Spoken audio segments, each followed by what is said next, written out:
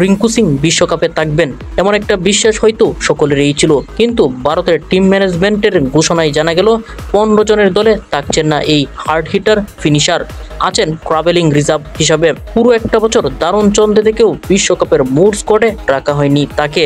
অবশ্যই পুরো ভারত দলেই ছিল একাধিক চমক।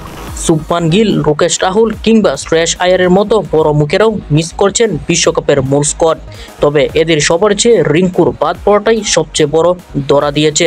উত্তরপ্রদেশের এই খেলোয়াড়ের বাড়িতে আগে থেকেই ছিল উৎসবের আমেজ, কিন্তু মূল স্কোয়াডে জায়গা না পেয়ে হতাশ সবাই।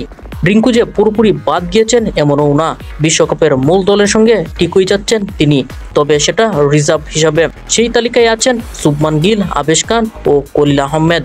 ভারতের বিশ্বকাপ স্কোয়াড ঘোষণার পর গণমাধ্যমে কথা বলেছেন রিঙ্কুর বাবা কাঞ্চন্দ্র সিং। জানালেন বাড়িতে আগে থেকে মিষ্টি এবং আতশবাজি কিনে রেখেছিলেন তিনি, কারণ তাদের প্রত্যাশা ছিল ব্যাপক। অনেক আশা ছিল আমাদের, যে কারণে হতাশা লাগছে। মিষ্টি কিনেছিলাম, আতশবাজি রেখেছিলাম উদযাপনের জন্য। ভেবেছিলাম রিঙ্কুর শুরুর একাদশে খেলবে, তবু আমরা খুবই খুশি।